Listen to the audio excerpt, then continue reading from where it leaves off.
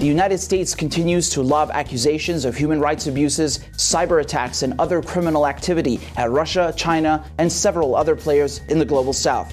The United States recently dismissed Syria's elections as undemocratic, doing the same to Bolivia in 2019 and Venezuela the year after. The United States allows itself to invade countries like Iraq in the name of democracy, to steal Iran's oil in the name of counterterrorism, and to antagonize even its own allies for daring to do business with Russia. Therefore, is it not reasonable to pause and ask whether the United States itself practices what it preaches? I definitely think it is.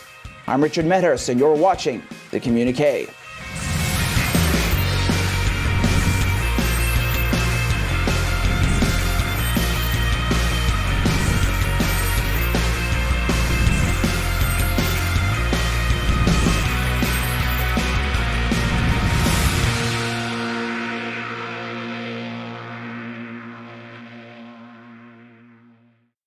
Since the aftermath of World War II, the United States has attempted to push a rules-based international order, proclaiming itself a champion of democracy and human rights. In the years since, this claim has been proven to be largely misguided at best, and some would say a false pretense in order to intimidate and control other nations. On numerous occasions, both under Trump and Biden, the United States committed what can only be described as acts of piracy against Iran. Venezuela has been under brutal U.S. sanctions for the last decades. Donald Trump ramped those sanctions up, causing Venezuela's economic situation to worsen exponentially and infrastructure to deteriorate rapidly. Although Venezuela sits on the world's largest oil reserves, it cannot refine this oil and has a significant fuel shortage. Venezuelan companies have also been cut off from the rest of the world due to targeted sanctions on its banking and oil sectors and cannot offload or sell any oil in exchange for fuel. One solution offered up by Iran was to trade Venezuelan gold for Iranian fuel. In the summer of 2020, Iran sent its first fuel tankers to Caracas, bringing much-needed fuel with them to the Bolivarian Republic. With many ships completing their journeys successfully and unhindered, in August of 2020, the United States took control of some vessels and stole the oil. The Trump administration then proceeded to sell this oil, making millions in the process. To no one's surprise, this practice has continued under the Biden administration, which has chosen to keep virtually all of the dirty imperialist practices of the Trump administration going. On May 31st, 2021, the Biden administration went ahead and did exactly the same as Trump and sold off millions of barrels of Iranian oil that they had stolen at sea.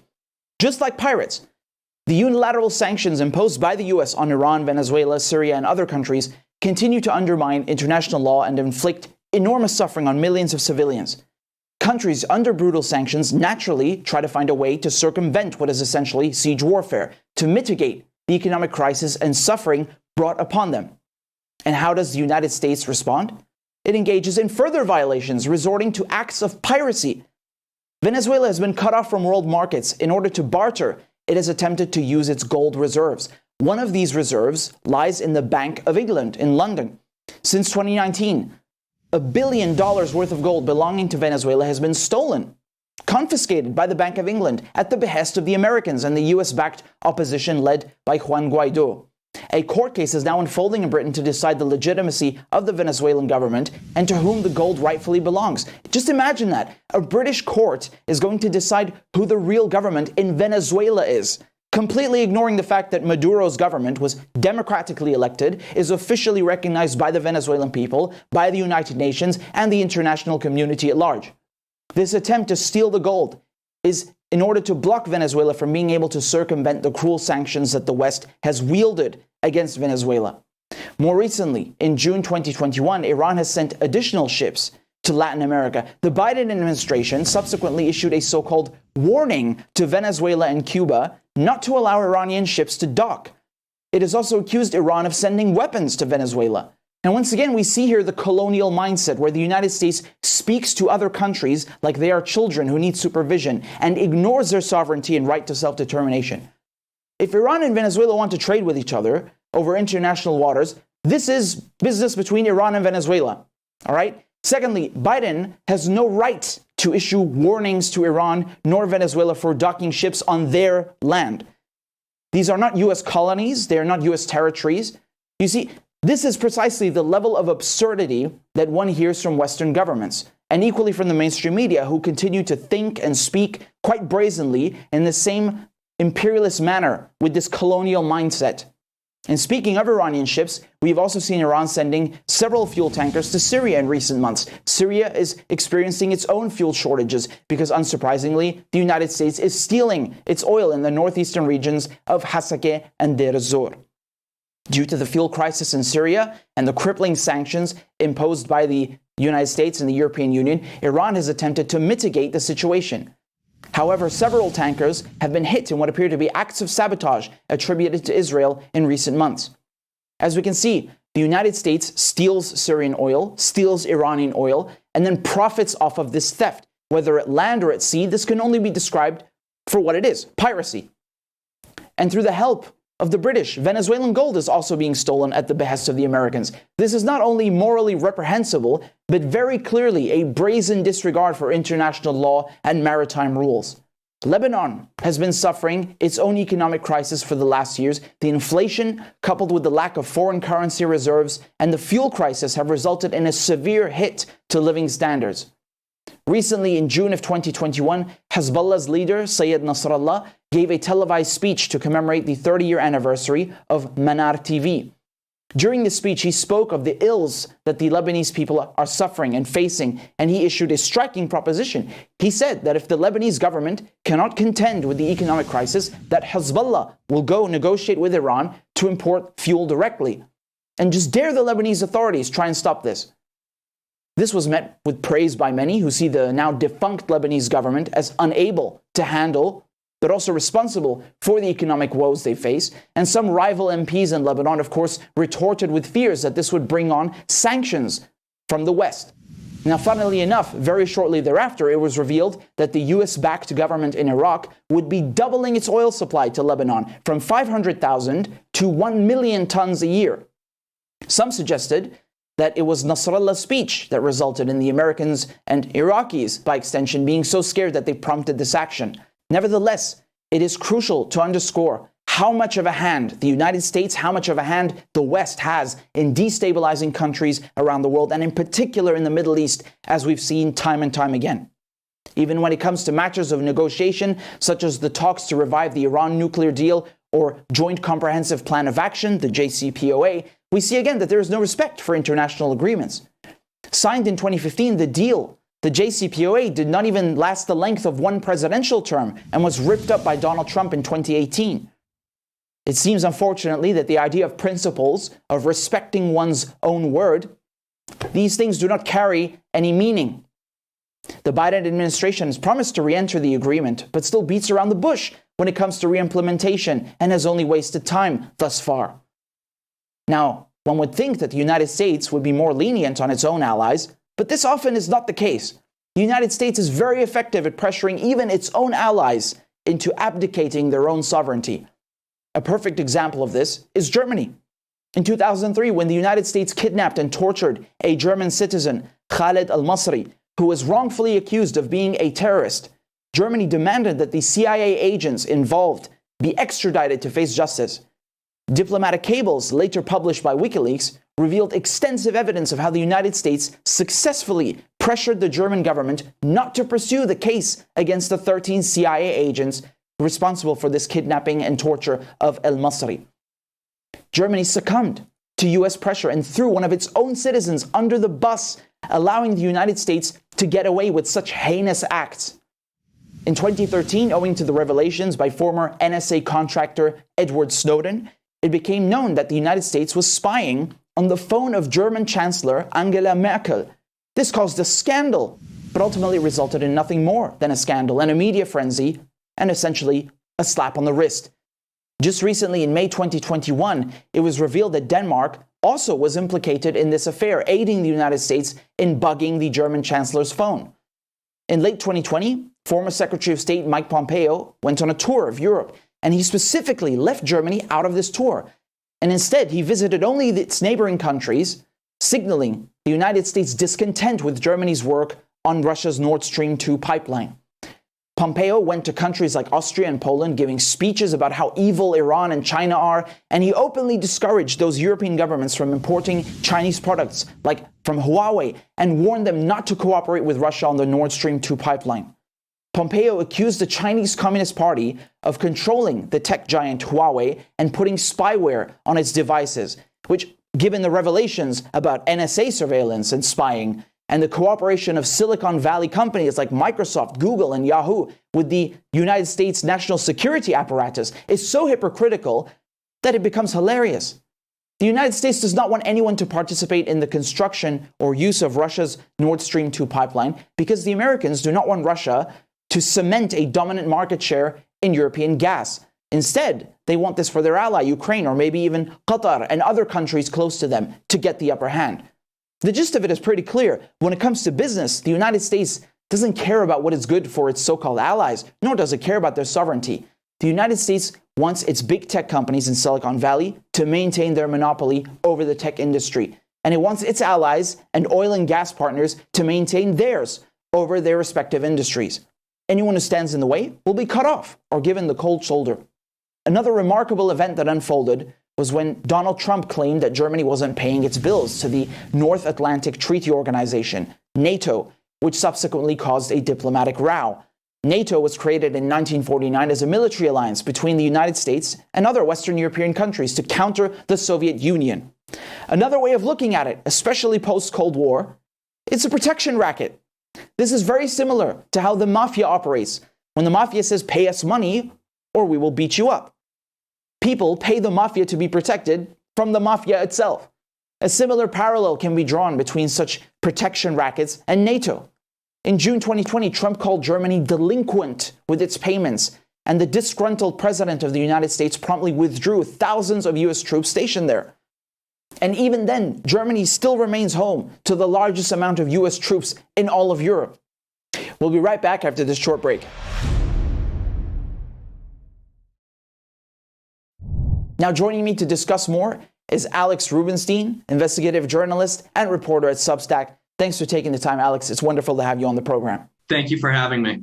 Alex, you know, oftentimes we see the United States talk about human rights abuses in other countries. You know, they point the finger at China and they slander them with allegations of human rights abuses. They do the same to Russia, to Iran, to China, and they're also pushing this lab leak theory now with China. And you know, it's not just the U.S. government doing this. It's the entire mainstream media apparatus that's equally geared towards repeating these claims. Now, inversely, why don't you think there's much criticism of the United States human rights record and undemocratic practices in the mainstream media?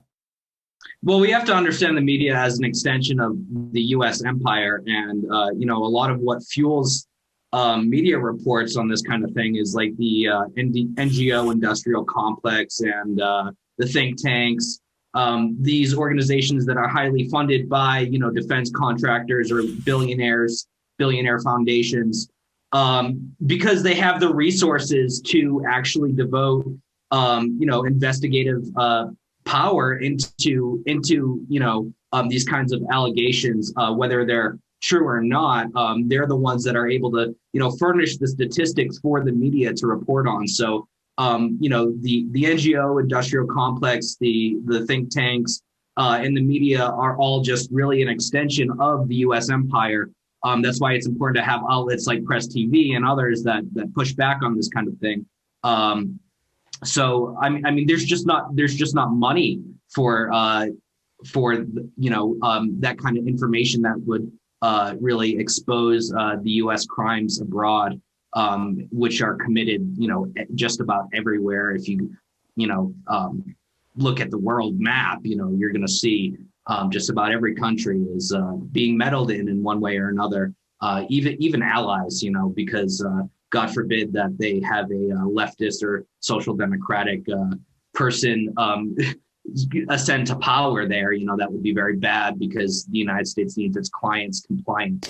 Yeah, right. And, you know, when you speak about allies, much like the Trump administration, the Biden administration is very much against the Nord Stream 2 pipeline that's being built by Russia and Germany. What do you think the goal of the United States is when it recently decides to sanction Russia, but not Germany? Well, I think that the United States might be on thin ice with Germany, especially considering what the Obama administration did spying on Chancellor Angela Merkel's phones. Obviously, they want Germany to remain powerful as a bulwark against any kind of spread of an economic ideology that is different from neoliberalism, which is something that they've been fighting in that area since World War II, and they continue to do in like Belarus, for example. A big part of this, the reason that the United States is taking such aggressive measures against Belarus and issuing sanctions and such is because they have a different economic model, is because they're allied with Russia. Excuse me. It's part of that.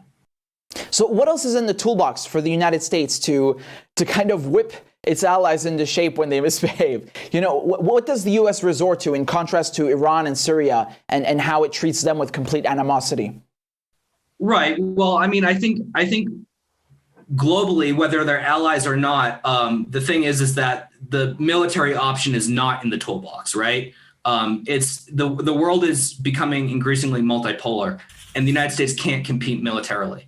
So what they do use is all these economic incentives. We have to understand that the IMF, the World Bank, these are also extensions of the U.S. empire. They're controlled by the U.S. They're based in Washington. The U.S. has veto power over any major policy in those organizations. So economics is really the leverage and information. So it's people say, oh, Trump didn't start a new war, but he's been continuing and expanding and he created hybrid war, which is really the modus operandi of the U.S. government at this point. Like I said, because the military option is off the table, because also the United States can't afford to go to war, really. So they're resorting to these dirty tricks, these economic measures. Sabotage is a big part of the playbook. Whether that be, setting an Iranian ship on fire or and recently we saw piracy enter the game with the seizure of $110 million worth of Iranian crude oil. We see the same thing in Syria, where the United States is occupying illegally Syrian oil fields, and what the Bank of England did to Venezuela, seizing its gold. This is all part of the agenda here. Why do you think it is that the United States and, of course, Britain and the West have an issue grasping the concept of sovereignty when it comes to Iran, when it comes to Syria, and, of course, the global South in general? Well, because they don't do everything the United States tells them to, because they exercise their sovereignty. I mean, a country like Germany might have some veneer of sovereignty, but they do whatever the U.S. tells them to do, pretty much. I mean, there are exceptions, Nord Stream 2, but it's their exercise of their sovereignty. We want to do a regime change in Venezuela. We want to do a regime change in Iran. We want to do one in China. So, of course, the fact that they're trading is frightening to the United States government, because even though it's well within their rights to trade, to pick their trading partners and pick who they want to sell to, who they want to buy from, and who they want to, in the case of China, who they want to invest in. Well, what do you make of all these people in the media, all these politicians who claim that Biden is a return to normalcy, right? That he's going to go meet Putin very soon, right? And he's going to teach Putin a lesson, and he's going to tell him about human rights issues and cyber attacks. Do you think Joe Biden? Do you think the United States is in a position to be lecturing others on human rights issues? Well, it's totally hypocritical. I mean, it's Joe Biden did a regime change in Ukraine, and he did it in the name of fighting corruption. Months later, after the coup, his son got, $50,000 a month to do basically nothing for a nationally strategically important oil and gas company. So, you want to talk about corruption? There you go. The return to normalcy is a return of what we're seeing now, piracy, of breaking international law. It's like they're going to talk to Putin about, human rights while forbidding Israel to be tried in the International Criminal Court, it's absurd. And I think that the world is realizing just how absurd it is. And we're starting to see, with Biden, who is like kind of, letting all the alumni from the Obama administration kind of take the charge. I think with that kind of weak figurehead, the world is realizing that the United States is not going to be able to lead. And it's going to be up to countries like China, who have a competent leader and a more actually humanitarian approach to foreign policy to show us the way going forward. Alex, just as a last question to wrap up, there was a reporter in the briefing room who was asking about the scars that the European leaders sustained and how they were traumatized by the Trump presidency. What do you think of that statement that Trump was just an anomaly? Yeah, I mean, of course he was a bit of an anomaly because it's not so common for U.S. presidents to actually say truthful things. And he did. Everyone, he's kind of like Kissinger, where he was like, this is actually how it is. Like the intelligence community cannot be trusted. And that's not like to say that Trump was a good president. He wasn't, but he did show the face of the empire very explicitly, and making a fool out of himself really reflected how the United States acts on the international stage. So I will give him credit for that. But in terms of actual policy, like we see that all of Trump's worst policies are being continued by the Biden administration, and in some cases made worse. Apparently, in the West, it's acceptable for the United States and Britain to behave like pirates, who not only use violent means, sending their armed forces to bomb, kill, and occupy other countries, but of course to impose sanctions, to starve people to death and then steal Venezuelan gold, steal oil from Iran, from Syria, and behave like bandits. This is state piracy. This is organized crime at the state level. These imperialist nations are nothing more than international gangsters and criminals. They call themselves democratic, and they talk of freedom and rules-based international order, but there is nothing democratic, nor free, nor orderly about any of their actions.